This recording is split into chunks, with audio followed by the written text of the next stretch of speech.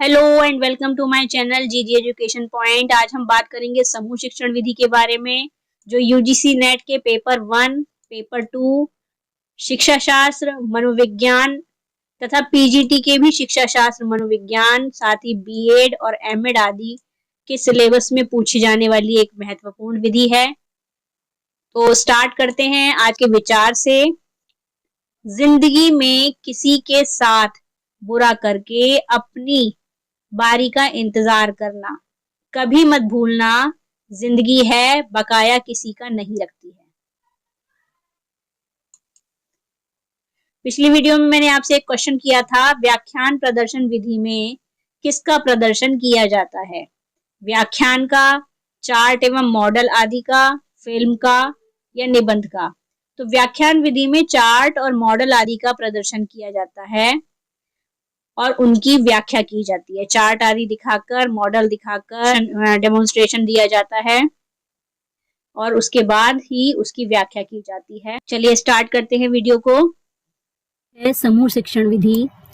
समूह शिक्षण विधि का अमेरिका के द्वितीय विश्व युद्ध के समय में हुआ था, जो फील्ड में प्रशिक्षण के लिए। समूह शिक्षण पद्धति में एक शिक्षक के स्थान पर 2 या 2 से अधिक शिक्षक सम्मिलित होते हैं, जो योजना का निर्माण करके क्रियान्वयन मीन्स उनको योजना को चलाना और शिक्षार्थियों के समूह में सीखने की अनुभव का मूल्यांकन करते हैं। शिक्षार्थी किस प्रकार से सीख रहे हैं, उसका जो एक्सपीरियंस है उसका वो मूल्यांकन करते हैं कि उसमें उन्होंने क्या काम सही किया है, क्या काम गलत किया है।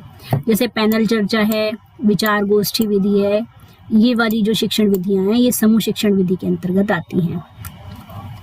समूह शिक्षण विधि के गुण और दोष क्या क्या हैं?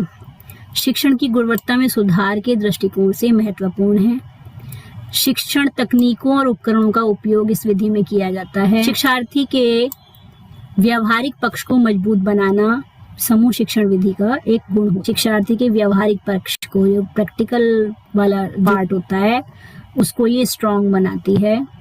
छात्रों को एक ही प्लेटफॉर्म में अच्छे और कुशल शिक्षकों से जोड़ने का अवसर मिल जाता है। जो एक्सपीरियंस टीचर्स होते हैं उनसे वो जोड़ने का मौका उन्हें मिल जाता है, क्योंकि वो लोगों से अच्छे से सिखाते हैं।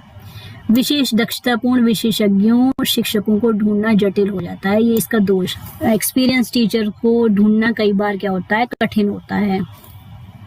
शिक्षण कार्य के लिए अधिक शिक्षकों की आवश्यकता होती है, क्योंकि ये कम टीचर से, यानी एक टीचर जो है उससे नहीं काम होता, क्योंकि इसमें कई सारे टीचर्स का सहयोग होना जरूरी होता है। सभी विषयों के अध्यापन के लिए उपयुक्त नहीं है।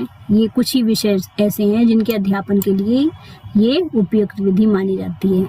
समय निर्धारण, योजना निर्माण बंधन के लिए अधिक समय की आवश्यकता होती है। टाइम बॉन्डिंग नहीं हो पाती है टोली शिक्षण या समूह शिक्षण में, लेकिन इसलिए समय निर्धारण की योजना बनाना जो होता है वो आवश्यक होता है। ये समूह शिक्षण विधि आपकी कंप्लीट हो गई। तो समूह शिक्षण से रिलेटेड हमारी वीडियो यहाँ कंप्लीट होती है। इससे रिलेटेड मैं एक क्वेश्चन पूछना चाहती हूँ, उसका आंसर आपको देना है। आंसर को कमेंट बॉक्स में लिखकर बताइएगा। क्वेश्चन है, समूह शिक्षण का उपयोग कहाँ से आरंभ हुआ? तो इसका आंसर आपको बताना है, अफ्रीका से, अमेरिका से, एशिया से या ऑस्ट्रेलिया से। वीडियो देखने के लिए थैंक यू। मिलते हैं नेक्स्ट क्लास में। वीडियो पसंद आई है तो लाइक, शेयर एंड सब्सक्राइब कीजिए।